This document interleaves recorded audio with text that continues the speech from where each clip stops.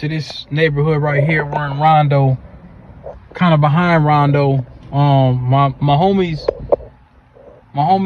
business is maybe 2 blocks up on Lexington.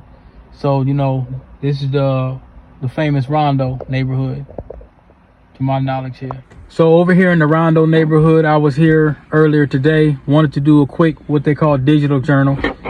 Only take a couple minutes. Decided to wear my nuclear family, the Harlem Hellfighter shirt. As you can see, I did the design, had a brother do all of this here. This is in the second book, Intricacies of Being Black in Technology. So I was talking about how I hired over like 10 or 15 black folks to do all different things. It was about 90, anywhere between 85 to 90% of black hands that touched that project. So I uploaded the No Kings in Minneapolis tag. Yeah, I'm using the algorithms. I'm gonna use it. Everybody uses black culture and sucks the carrion from the bones and vultures it left and right. So I'm gonna vulture a little bit too. Yep, I'm gonna use the algorithms. I'm gonna use all y'all little political tags. I'm going all of that. Yeah, I'm gonna be the new culture vulture. I'm gonna vulture back. Reverse culture vulture, what they call it. Yeah, I'm gonna start using all they little tags, and you know what I'm saying. Yeah, it's time for us to reap the benefits of those too. But yeah, because I know what I'm going. I told y'all I'm not gonna do the Umar thing. I told y'all what my intention is. I'm trying to run up all these views and algorithms, and I'm going to monetize this, and I'm going to get some black folks some certifications and scholarships and everything else. That's my goal. That's my goal on this YouTube, and to kind of expound upon a little bit of, the process of me putting these books together and stuff like that. So I kind of went through downtown. On the way going up Chicago Avenue, you guys are gonna see that, and I seen all the, seen all the old white ladies, all the old white liberals and stuff, and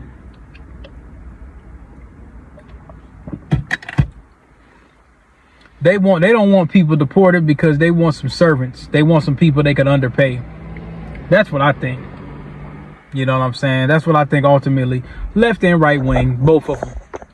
They want some people that they could get some free, cheap labor up out of, and, a buffer class to undermine blacks under the banner of democracy. Now, as I was talking about, I just seen some very disturbing things.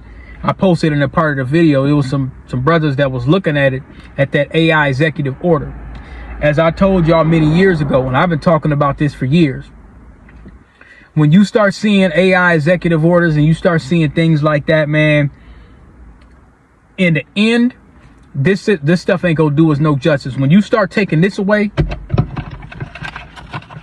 as they call it, the almighty dollar, when I can't pull up on somebody that ain't got nowhere to go or ain't ate in 24 hours, and I can't hand them this, and I gotta whip out this damn phone, and I can't hand them this, or I can't, you got the weed man, and you can't. Yeah, it's all, when it's all this here, when it's all digital, and you ain't got this, that's a problem. That's a major problem. If you're talking, if we're gonna live in a world where this don't exist and everything got to be on a damn phone, and I can't take a couple coins and let the undercut man, what they call quote unquote little man, when he can't use that, you've just destroyed the small business. Now, I know they said Donald signed it, but who implemented this? The powers to be, who implemented this? There's nothing good coming out of something like that. If I can't take some money out of my pocket and, hey man, look, off the books, here you go. The rich do it. You think the Elon Musk and all them folks, you think they got all that stuff fair and square? And they tell people like me or you that pay taxes, they tell us that we're wrong from going to the nook and cranny distribution. Here you go, bro. You know what I'm saying? Here you go. You off the books, man. $5, $10. Here you go, bro. We're wrong for doing that, and these people be scrounging billions and I'm wrong, that's a problem. That's a major issue. So, you know, I'm not jumping like a jackrabbit for joy over the AI stuff. It's not something that I always, you know, I've always been skeptical of these kind of things, which is, you would think it's surprising coming from a person of technology. I've always been like, okay, well, how is that going to help? I mean, other than it making things easier, yeah, I like to make images and, you know, you can skip paying a damn musician or some bullshit. How is that really going to serve us? If you're taking all the data, like the guy was saying, you're taking all the data. That's what all these data mining services are for, Facebook, all this social media shit. It's all about trying to undermine you in the end. Take all this data, crunch it, and then we could say, okay, you're the problem. Oh, you're an extreme identity extremist, or you're this, you're that, or you're whatever. You're the problem. You won't bow down. You don't agree with this, whatever the case may be. You won't fight against tyranny. You will fight or speak against tyranny, or whatever the case may be. So now that's digital tyranny. You know, and I've always known that. And Dr. Claude Anderson was right. He said technology really ain't your friend. It ain't really your friend, man. It's not going to be, especially from the black experience. I'm speaking from the freedomist perspective. The black experience, it gets us in certain places. Yeah, like today, I went to a black-owned business. How did I find out about it? This damn thing.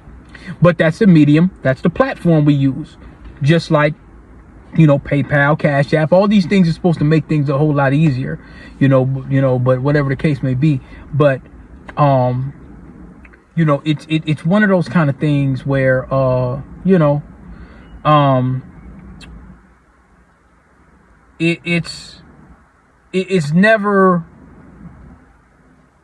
for example, like when they start looking at healthcare or probation, how they use AI. Well, this guy said, garbage in, garbage out. There were some brothers that were supposed to get probation. You know why they didn't get probation, or why they said they were high risk? And this dude, like almost 60 years old, they say he's high risk. What a 60-year-old gets fresh out of prison gonna do to somebody? Man, they put him on extra probationary monitoring because AI, this was not a person. And you know what happened? The judge was like, man, this ain't good.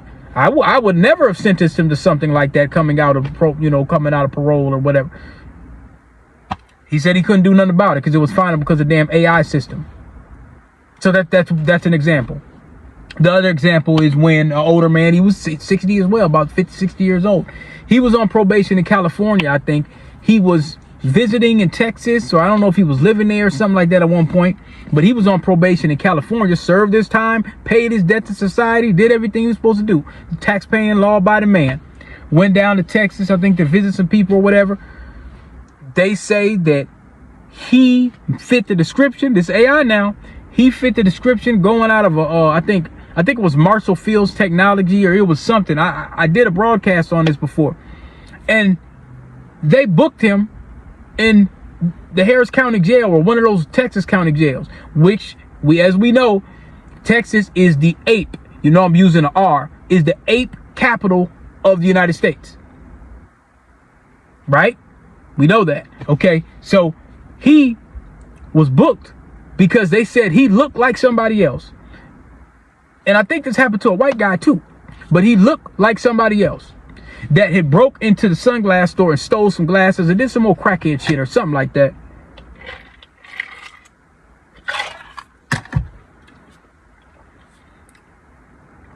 He went to the county jail. He was on his way to get checked out. A day or two before he left, he got aped. I'll tell the story later, really, but he got aped. And this man's 60 years old. That's AI.